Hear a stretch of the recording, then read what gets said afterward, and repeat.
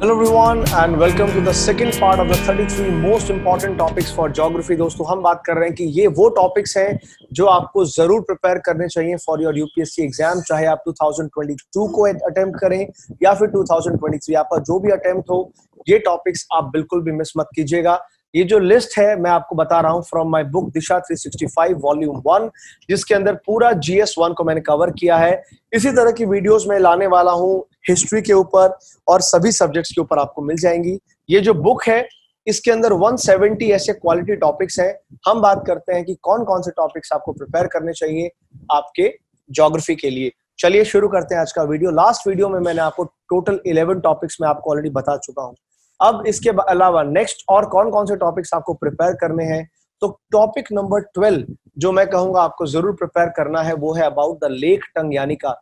देखिए world geography जब आपने पढ़ी होगी उसमें लेक टंगयानिका अफ्रीका अगर आपने पढ़ा होगा तो कुछ इंपॉर्टेंट लेक्स के बारे में पढ़ा होगा। इनफैक्ट ये इनको बहुत ही सबसे इंपॉर्टेंट लेक्स माना जाता है। Lake Tanganyika, Lake Victoria, Lake Nyasa, ये कुछ बहुत ही इंपॉर्टेंट लेक्स हैं जो रिफ्ट वैली लेक्स हैं, आपको मिलती हैं अफ्रीका के अंदर।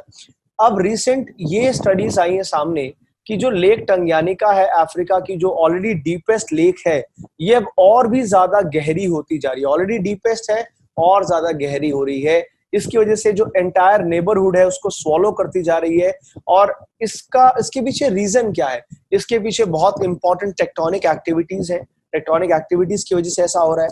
साथ ही साथ में अब ये आगे चल करके जो इसके नियर बाय कंट्रीज हैं, बुरुंडी जो कंट्री है उसके लिए बहुत ज्यादा प्रॉब्लम आ रही है लेक टंगयानिका के जो है गहरा होने की वजह से। लेक टंगयानिका के ऊपर कुछ इंपॉर्टेंट फैक्ट्स आपको जरूर पता होने चाहिए। कौन कौन सी कंट्रीज हैं जिनका जो इसके साथ बाउंड्री करती हैं ये आपको पता होना चाहिए। तो मैप पे इसको जरूर लोकेट करना। साथ ही साथ में आपको बताना है कि यही आखिरकार रीजन क्या है, क्यों इसकी डेप्थ बढ़ रही है। डेप्थ बढ़ने की वजह से और जो बहुत सारे इकोलॉजिकल थ्रेट्स सामने आए हैं वो क्या क्या हैं, कौन कौन से इंपॉर्टेंट थ्रेट्स हैं। तो ये टॉपिक आपको जरूर प्रिपेयर करना चाहिए for pre as well as for the mains, दोनों में आपका ये फिनोमिना आएगा।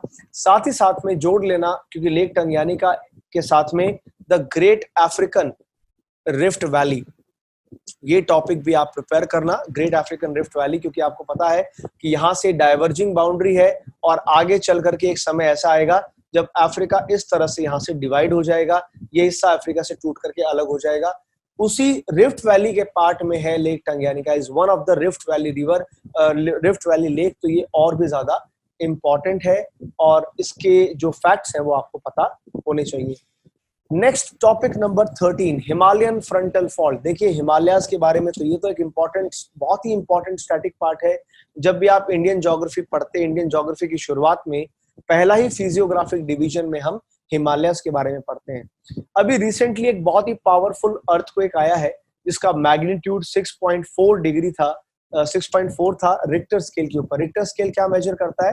किसी भी अर्थ का मैग्नीट्यूड। मैग्नीट्यूड का मतलब होता है कितनी फोर्स, कितनी शक्ति के साथ में सिस्मिक एनर्जी निकली है। तो जो एनर्जी की फोर्स है, फोर्स ऑफ द एनर्जी है, उसको हम रिक्टर स्केल पे मेजर करते हैं। अगर आप जानते हो कि अर्थक्वेक को मेजर करने का एक और तरीका होता है अर्थक्वेक के इंटेंसिटी के बेसिस पे, तो मुझे कमेंट सेक्शन बॉक्स में बताओ कि इंटेंसिटी मेजर करने के लिए हम कौन सा स्केल यूज करते हैं। आपके लिए इंटरेस्टिंग क्वेश्चन है ये वाला, मुझे बताइए कमेंट सेक्शन बॉक्स में। तो अभी रिसेंटली जो है एक अर्थक्वेक आया और national centre for seismology report के हिसाब से ये जो ट्रेमर्स आए, ये जो झटके आए हैं, ये मिले हैं closer to the Himalayan frontal fault. देखिए हिमालयाज कोई एक कॉन्टिन्यूअस माउंटेन सीरीज नहीं है। हिमालयाज के जो ट्रांस हिमालयाज, उसके बाद आपके हिमाद्रीज हो गए, द ग्रेट हिमालयाज, फिर आपके हो गए हिमाचल हिमालयाज, फिर आपके शिवालिक्स।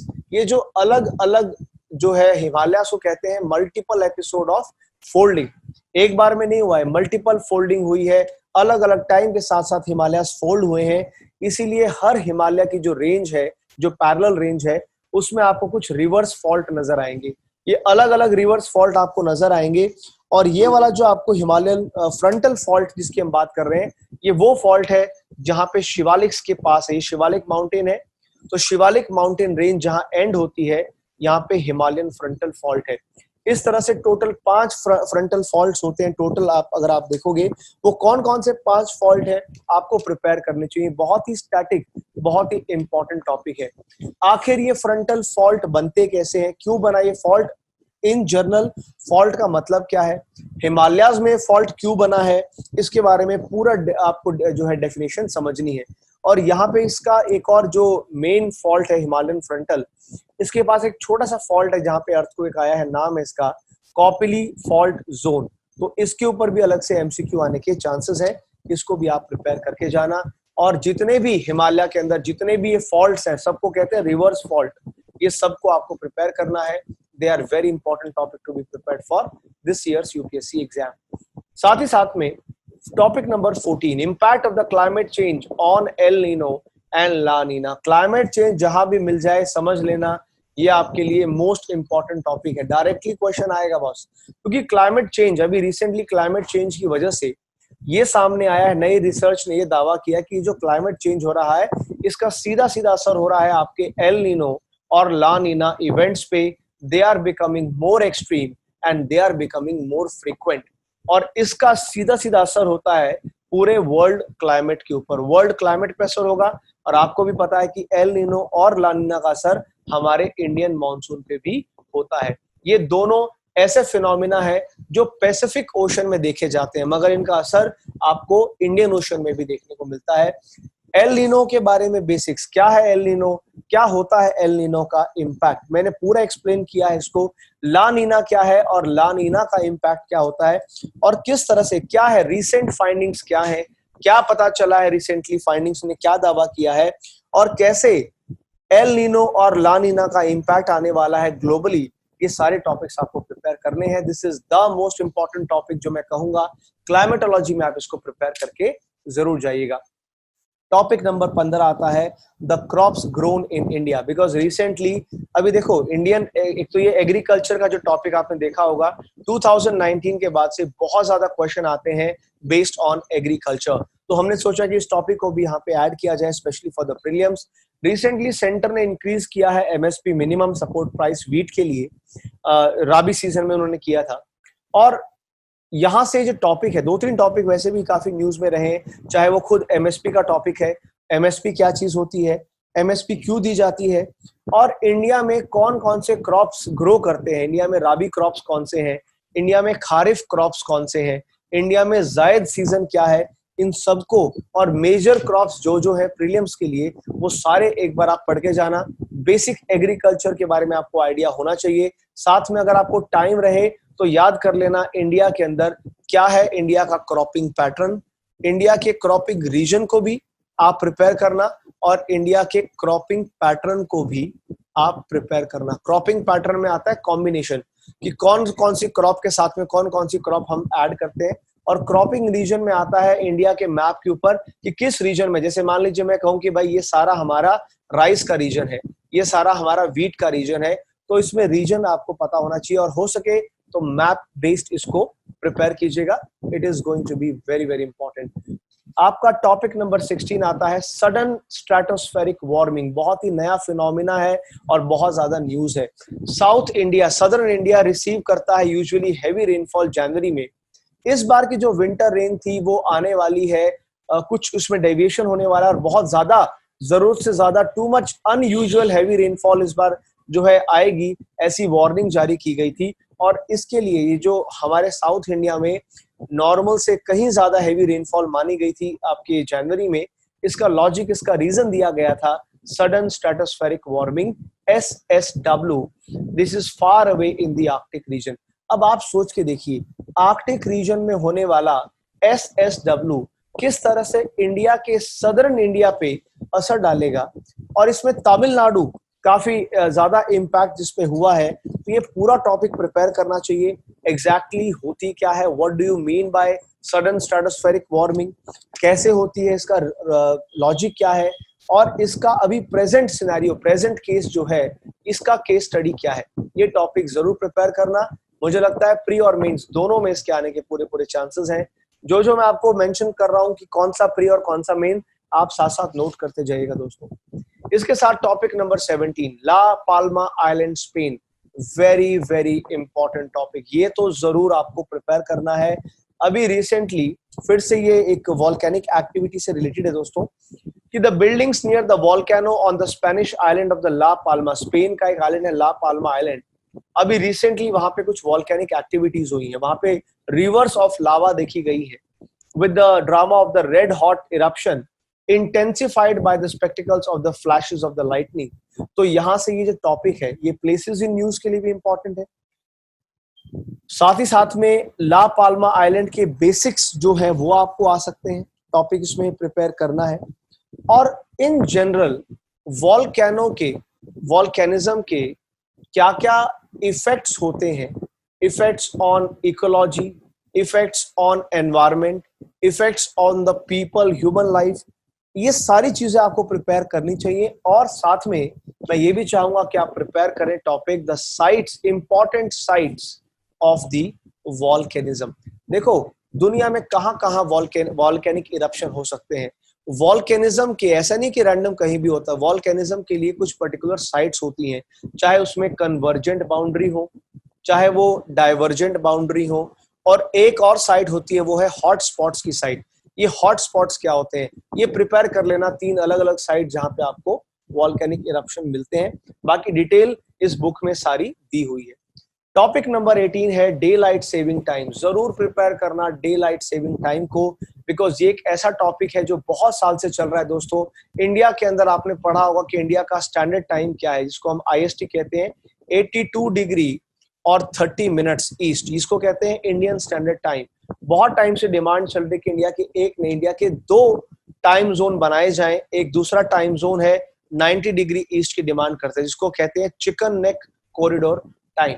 अब क्या फायदा होगा, इसको डे लाइट सेविंग टाइम कहा जा रहा है। तो नॉर्मली आप यहाँ देखते हो कि डिमांड है बार बार कि यार इंडिया में नॉर्थ ईस्टर्न रीजन जो है सफर करते हैं, उनमें 1 घंटा 1.5 घंटा ज्यादा लाइट कंज्यूम होती है, बिकॉज देखो यहाँ पे दिन जल्दी शुरू हो जाता है ना, हमारा जो नॉर्थ ईस्टर्न एरियाज है इनमें दिन जल्दी शुरू होता है, लेकिन इंडियन स्टैंडर्ड टाइम की वजह से हर चीज वहां पे 1 घंटा 1.5 घंटा लेट शुरू हो पाती है। तो रात को लेट तक उनको लाइट जला के रखनी पड़ती है, जिससे बहुत ज्यादा एनर्जी वेस्ट होती है। तो ये टॉपिक बड़ा इंपॉर्टेंट है।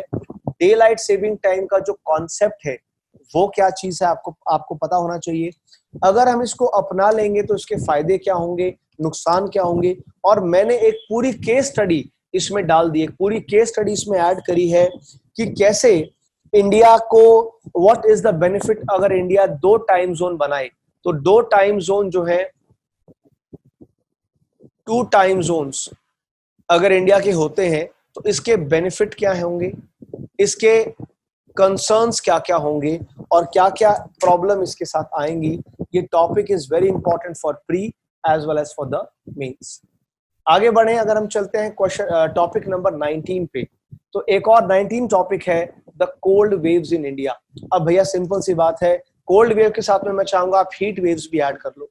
इंडिया में कोल्ड वेव्स और इंडिया में हीट वेव्स दोनों के बेसिक्स पता होने चाहिए कि इनकी डेफिनेशन क्या है, इनके इम्पैक्ट क्या है। अभी आपको पता है ऑलरेडी हीट वेव्स के लिए भी वार्निंग जारी हो गई है, क्योंकि अप्रैल 2022 का जो महीना था वो 122 साल में, 122 ईयर्स में सबसे हॉटेस्ट महीना माना गया है। इसके बारे में आपको जो है टॉपिक प्रिपेयर करना चाहिए। सिमिलरली कोल्ड वेव्स के बारे में कि कोल्ड वेव्स क्या है, कौन कौन से स्टेट हैं जो इससे इंपैक्ट होते हैं। तो हीट वेव्स और कोल्ड वेव्स दोनों को प्रिपेयर कर लेना, इसका बहुत ज्यादा एप्लीकेशन है, प्री और मेंस दोनों में इसके टॉपिक आने के पूरे चांसेस हैं। जैसे कि आपको मैंने पहले भी बताया, पैसिफिक रिंग ऑफ फायर कुछ ना कुछ वजह से न्यूज में रहता है। ये वो रीजन है जहां पे दुनिया के 70% अर्थक्वेक और दुनिया के 70% वॉल्केनो आते हैं। अब जब दुनिया के 47% वॉल्केनो, 70% वॉल्केनो और अर्थक्वेक जिस एरिया में आए, जो कि सबसे ज्यादा टेक्टोनिकली एक्टिव एरिया है दुनिया का, ये पूरा रिंग ऑफ फायर कहते हैं, इसको हम सर्कम पैसिफिक बेल्ट भी कहते हैं, सर्कम पैसिफिक बेल्ट। इसमें कौन कौन सी टेक्टोनिक प्लेट इंक्लूडेड है, कौन कौन सी प्लेट्स, यहाँ पे देखिए ये इलिशियन ट्रेंच, कुराइल ट्रेंच, जापान ट्रेंच, ये वो एरियाज हैं जहाँ पे सबसे ज्यादा टेक्टोनिक एक्टिविटीज होती हैं। तो ओवरऑल मैप पे क्या लोकेशन है, क्या क्या इसके अंदर एक्टिविटीज होती हैं, और इसके बेसिक आखिर ये बनी कैसे है, हाउ इट इज फॉर्म्ड, ये पैसिफिक रिंग ऑफ फायर के बनने की स्टोरी क्या है, आज के टाइम पे यहाँ पे कितने वॉल्केनो हैं, कितने अर्थक्वेक हैं, और क्या हम इसको कभी फ्यूचर में प्रिडिक्ट कर सकते हैं, हम पता लगा सकते हैं कि कहाँ पे क्या होगा। ये पूरा प्रोसेस, ये सारे टॉपिक जो है आपको इसके साथ में प्रिपेयर करने चाहिए। बहुत ही अच्छा टॉपिक है, द अटमोस्ट इंपॉर्टेंट टॉपिक है। Topic number 11, cyclones in India. ये एक ऐसा टॉपिक है जो आपको हर साल नए नए साइक्लोन्स के नाम, अभी रिसेंटली आपने देखा होगा साइक्लोन असानी, जिसको श्रीलंका ने नाम दिया है, वो आपका ईस्टर्न कोस्ट पे आ गया। इससे पहले साइक्लोन यास, साइक्लोन ताउते, ये कई सारे साइक्लोन यहाँ पे आएंगे। लेकिन आपको प्रिपेयर क्या करना है, जो करंट में है साइक्लोन, उनके नाम, उनके बेसिक्स तो पता करने हैं, लेकिन ये जो टॉपिक है साइक्लोन्स का, ट्रॉपिकल साइक्लोन्स का, ये ट्रॉपिकल साइक्लोन को कंप्लीटली प्रिपेयर करना है। साइक्लोन होता क्या है, साइक्लोनिक स्टॉर्म्स आती कैसे हैं, इनकी कंडीशंस क्या क्या है, और सबसे इंपॉर्टेंट स्ट्रक्चर क्या होता है। एक ट्रॉपिकल साइक्लोन का एक स्ट्रक्चर होता है, उसके बीच में उसकी आई ऑफ द साइक्लोन, फिर उसकी आई वॉल होती है, और उसके आसपास उसका होता है रेन बैंड। तो ये सारी जो चीजें आपको प्रिपेयर करनी है, साइक्लोन्स को टॉपिक को जो भी ज्योग्राफी की बुक आप पढ़ते हैं उसमें से प्रिपेयर करके जाना। ट्रॉपिकल साइक्लोन्स के ऊपर क्वेश्चन आने के बहुत ज्यादा चांसेस है। Topic number 22 is about the mangrove forest. ये जरूर प्रिपेयर करना, क्योंकि लास्ट ईयर गोवा के जो मैंग्रोव कवर है वो 1 स्क्वायर किलोमीटर बढ़ा है as per the Indian state of the forest report के हिसाब से। मैंग्रोव फॉरेस्ट होते क्या है, व्हाट आर मैंग्रोव्स, और ये आपको मैं बता दूं, मैंग्रोव एक ऐसा टॉपिक है जिसकी बहुत ही ज्यादा सिग्निफिकेंस है। It is very very significant for India या किसी भी कंट्री के लिए। तो मैंग्रोव्स होते क्या है, मैंग्रोव फॉरेस्ट की सिग्निफिकेंस क्या होती है, इंडिया में इसका डिस्ट्रीब्यूशन, कहाँ कहाँ पाए जाते हैं इंडिया में मैंग्रोव फॉरेस्ट, और इसके अंदर किस टाइप की फ्लोरा, किस टाइप की फौना आपको देखने को मिलती है, इंपॉर्टेंट है। साथ साथ ये भी प्रिपेयर करना कि आज कौन कौन से थ्रेट्स हैं, ये एक बार ऑलरेडी पूछा जा चुका है कि इंपॉर्टेंट थ्रेट्स बताओ आज मैंग्रोव को क्या क्या है, और उसका सॉल्यूशन क्या है, वे फॉरवर्ड उसका आप क्या बताएंगे, ये भी आपको प्रिपेयर करना चाहिए। This is a very important topic जो आप जरूर इसमें प्रिपेयर कीजिएगा। दोस्तों ये है इसका पार्ट नंबर 2। इसका और 11 टॉपिक्स अभी और बचे हैं, मैंने टोटल 22 टॉपिक्स आपको बता दिए हैं। अगर ये टॉपिक्स आपको ना मिले तो आप स्ट्रेट अवे इन टॉपिक्स को पढ़ सकते हैं मेरी बुक दिशा 365 वॉल्यूम 1 में, जो कवर करती है पूरी की पूरी GS1। सिर्फ 114 रुपीज में बुक अवेलेबल है, Amazon, फ्लिपकार्ट पे चेकआउट कीजिए, और इसका लिंक जो है डिस्क्रिप्शन बॉक्स में डाला गया है। ये एक ऐसी बुक है जो आपको प्री और मेंस के लिए प्रिपेयर करती है, और सबसे बेस्ट बात, इन सभी टॉपिक्स के बेसिस पे आपको मिलते हैं प्रैक्टिस क्वेश्चंस, और वो भी प्रैक्टिस क्वेश्चन आपके प्री और मेंस दोनों के लिए। तो वेट मत कीजिए, ये टॉपिक्स को प्रिपेयर कीजिए। अगर आपका टारगेट ईयर 2022 या 2023 है, मिलते हैं इसकी तीसरे वीडियो में, थर्ड पार्ट में मिलूंगा, जहां पे बात करेंगे हम कुछ और इंपॉर्टेंट टॉपिक्स आपको बताऊंगा। Thank you so much. Video अच्छा लगा तो लाइक करें, शेयर करें, और चैनल को सब्सक्राइब जरूर करें। God bless you, take care.